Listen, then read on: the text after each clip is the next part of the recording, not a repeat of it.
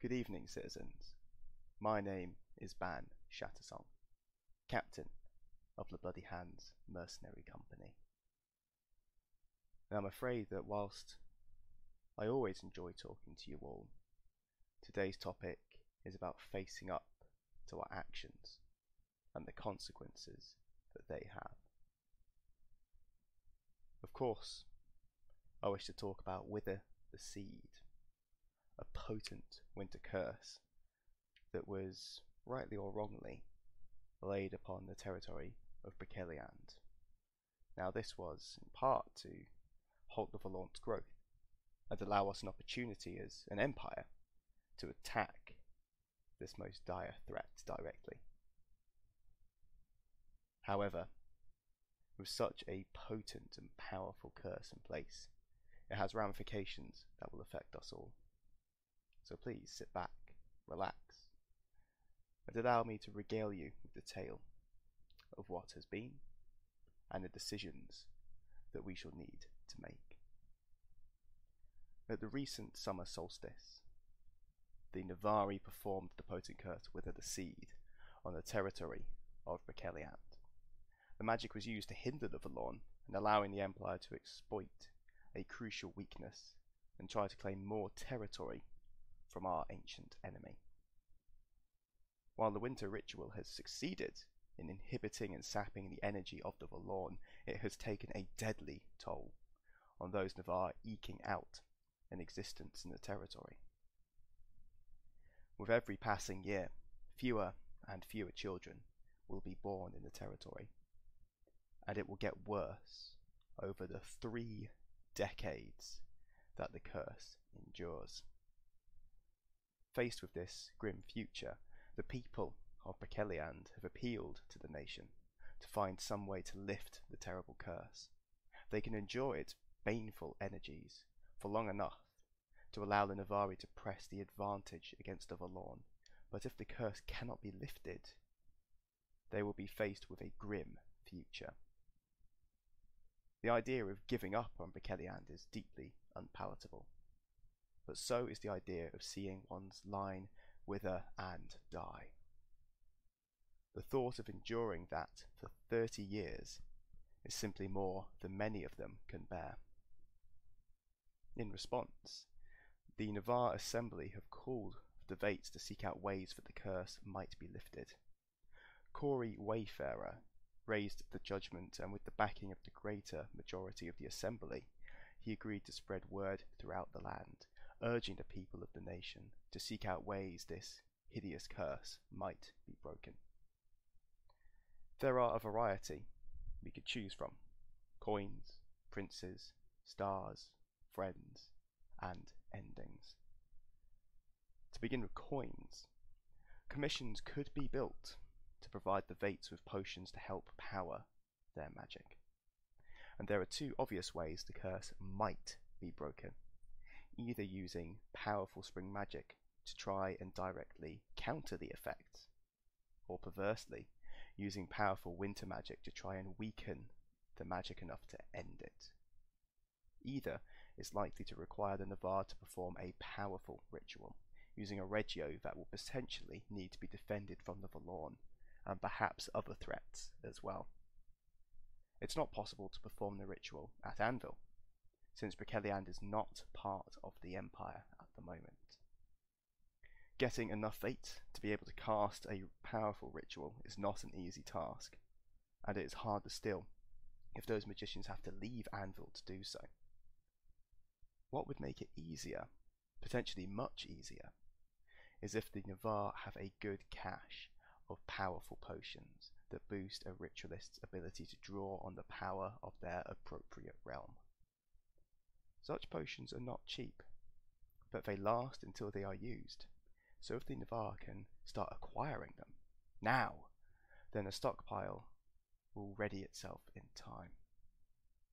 A number of Vates make suggestions for commissions that might provide 1 or more useful resources, but the biggest problem is that nobody is quite certain at this stage whether they need spring or winter magic. Indeed, one Vate even suggests that they might use a powerful night ritual to try and disrupt or mutate the shape of the curse into something else. The argument continues for some time, until Nima Swan's Rest, a broker who specializes in the purchase of potions, suggests that what is really needed here is some flexibility. The resources the Navarr need already exist. They just need someone to connect them up. She proposes to commission the Broker's Chain, a set of 3 small offices, one in Peakedstead in Thrunin, one in Treji in Hysenia, and one in the darling city of Seren. Normally, something like this would need 3 different commissions and 3 different citizens to run the offices, but the Navarr are masters of linking people up across the Empire, and thus the civil service have confirmed that the Navarr could construct the Broker's Chain with a single commission, and have it overseen by a single Navarr citizen. Nima's idea is elegantly simple. The Navarr Assembly can use a statement of principle to spread the word of whatever potions the nation needs throughout the Empire. Navarri Stridings can purchase the potions wherever they become available, and then just drop them in at the next Broker's Chain office that they happen to pass, or else pass them on to another Striding who can. It will need money to make it work, of course, but it's a simple, elegant solution that would leverage the one thing the Navarr do better than anybody else: going everywhere and talking to everyone.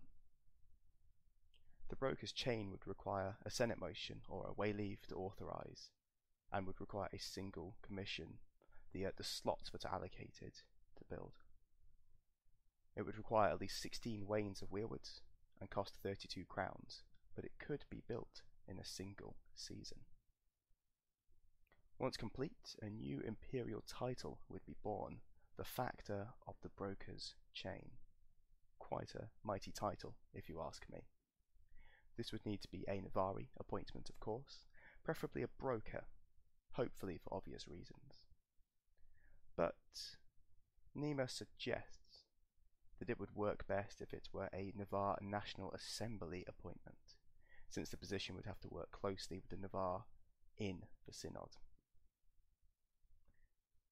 Initially, the Broker's Chain would allow the Factor to invest money each season to purchase 1 or more Vernal Balm potions, or even a Talon Vine infusion, if the Ilium could be found to pay for it.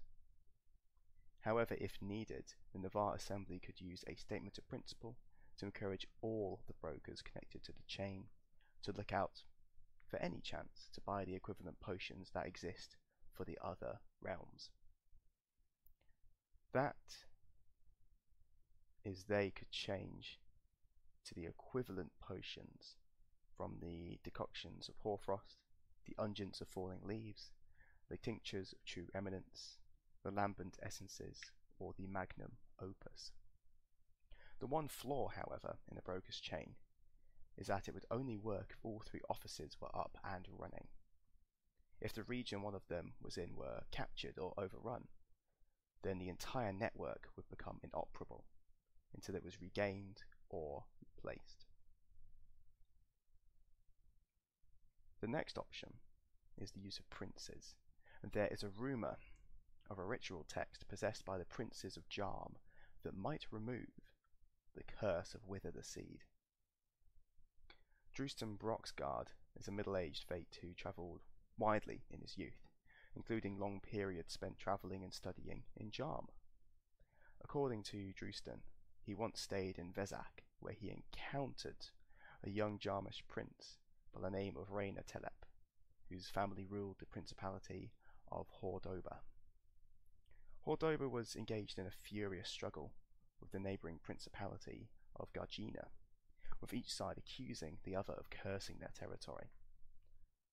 Thus, Drustan was arrested by the Hordoba authorities on suspicion of spying for Gargina, and endured months of imprisonment and painful questioning.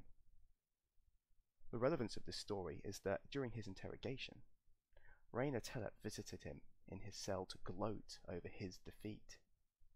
Drustan recalls that the young prince seemed convinced that he was part of Gargina's schemes, and that he had helped to create the powerful winter curse that was afflicting Hordoba, causing misery and infertility. Rayna had come to boast having secured possession of a powerful spring ritual text she claimed was more than powerful enough to shatter Gargina's curse. Drustan was eventually released and swiftly returned to the Empire, vowing never to return to Charm again, and hoping to forget the unpleasant memories. Now, of course, the entire event suddenly seems like it could be relevant. If this Prince Rayna is still alive, if she still has access to the ritual text, then her family might be persuaded to allow the Navarr to use it. Fortunately, the civil service are able to confirm that they believe Prince Rayna Telep is still alive and part of the family that rules the Principality of Hordoba, and they have provided details to allow the Navarr to send a winged message to her if they wish to do so. Drustan warns, however, that the ritual text is unlikely to come cheap. He considers the Teleps to be unusually greedy, venal, and self-serving, even by the standards of Jarm's corrupt magocracy. But that is still likely to be cheaper than codifying a high-level spring ritual. Next up is that we could use the stars, and a potent enchantment using priceless Ilium might unmake the curse. What magic has wrought, magic can often undo. It is only the ever a matter of cost. So says Gethin, a Vate who dwells at the star's end striding in the Aran. The problem is that the price to undo some acts can be immeasurably higher than the cost to perform the action in the first place. Gethin likes to demonstrate this principle with a simple lesson for his students, where he takes a cheap clay vase, shatters it with a single blow of his cudgel, and then challenges his pupils to use magic to put it back together. It is so much easier to change your mind than it is to change your actions. Still, it can be done. It can always be done. Provided, of course, you are prepared to foot the bill. And Gethin has spent years studying the power of Ilium, the priceless star metal that provides near limitless power to magic when used in enchantments. Drawing on his long years of experience, he has created a spring arcane projection that would directly counter the power of the curse in Broceliande. The enchantment is surprisingly low level. It is only magnitude 30, and for those of you who are not Vates, including myself, apparently that's low. But it employs some simple spring magics designed to boost fertility in an area. Normally, such a ritual would have no chance of overcoming the power of such a potent curse like Whither the Seed. But Gethin has designed their arcane projection to work explicitly in Broceliande, to account for some of the current conditions there and to counter them. A spring effect that would provide a permanent boost to the fertility in the region. But using star metal to give it a power the winter curse could not overcome. For as long as the winter curse endured, the Ilium-bound enchantment would be a match for it. And therein lies the cost.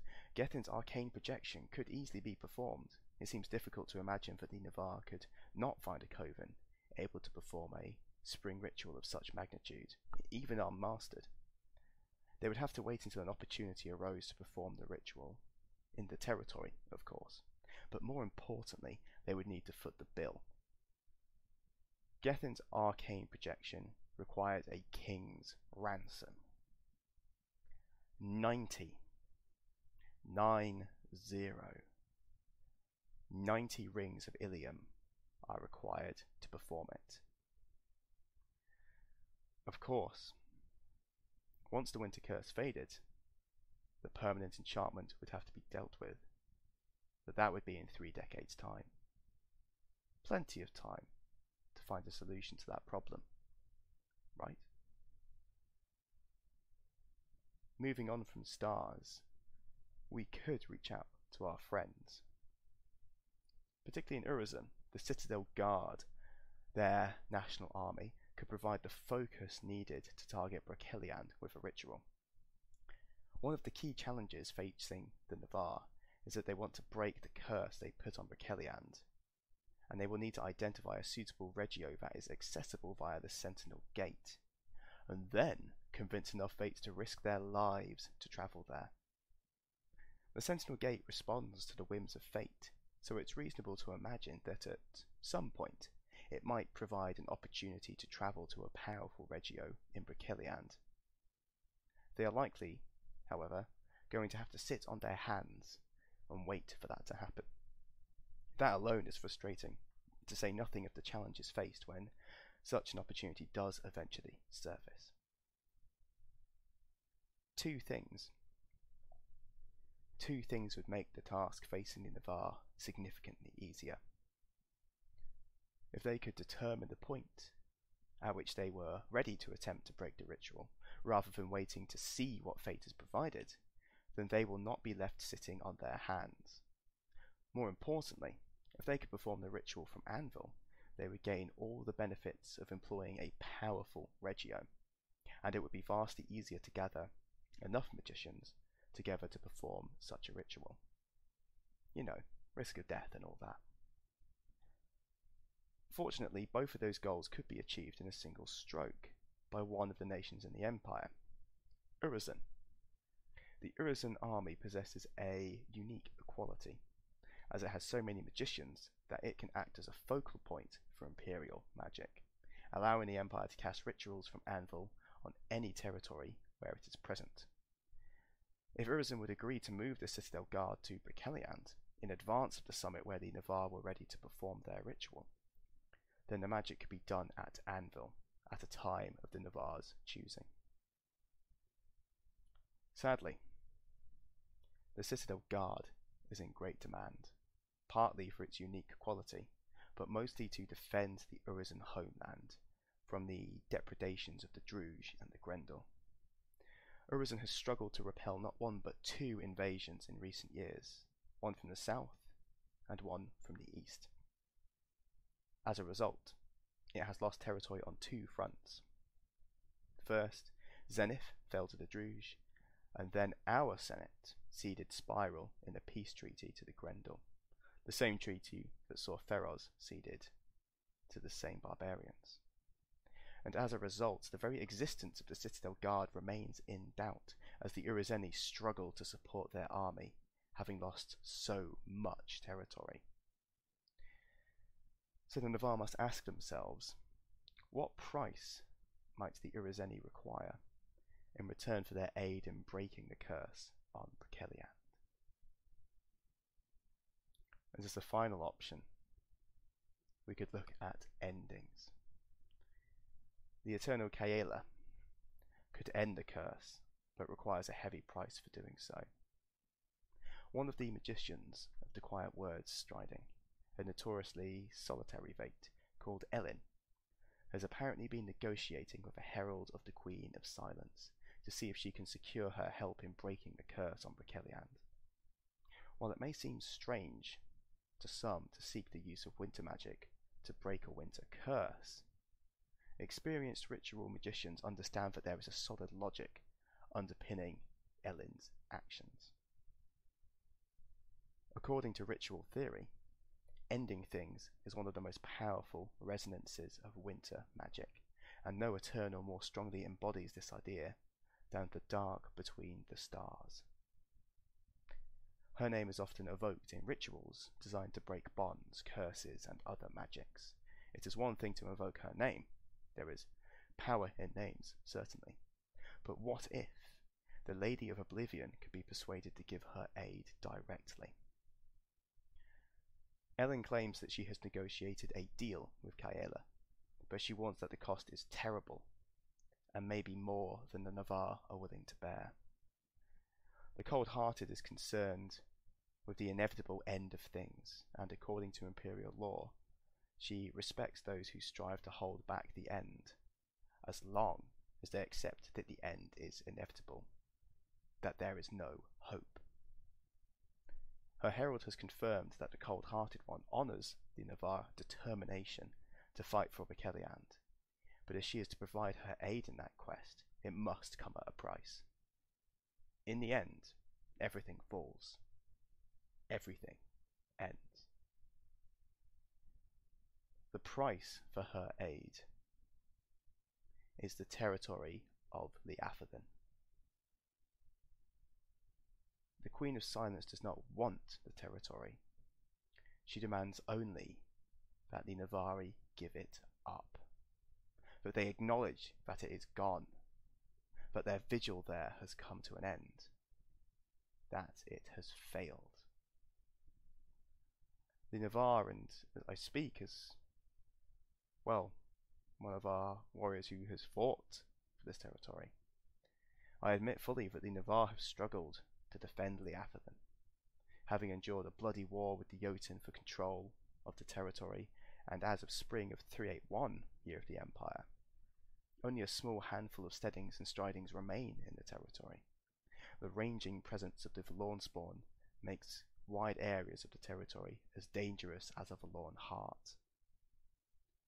The Navarr still control West Ranging and westward, but it is questionable what they are achieving at this point. In return for her aid, Gaela requires the Navarri Assembly to pass the following mandate. Actions have consequences. If we are to save one territory, we must accept that another is lost. Our vigil in the Atherton is ended, and we send a chosen priest with 50 Lao to urge every Navarr dwelling there to return, and to accept that while the Forlorn of the Atherton is still our responsibility, the forests themselves are not. If this mandate is passed, then the majority of Navarr will accept that the Atherton is no longer a Navarri territory. Every resource in the territory would then be in a foreign territory as a result, and the imperial treasury would receive no taxation, but would no longer have to pay any costs to maintain it. Gaela apparently does not require the Empire to formally cede any regions. However, her herald warns that the followers of Gaela in the Atherton would move swiftly to claim the two regions with the assistance of her grim legions.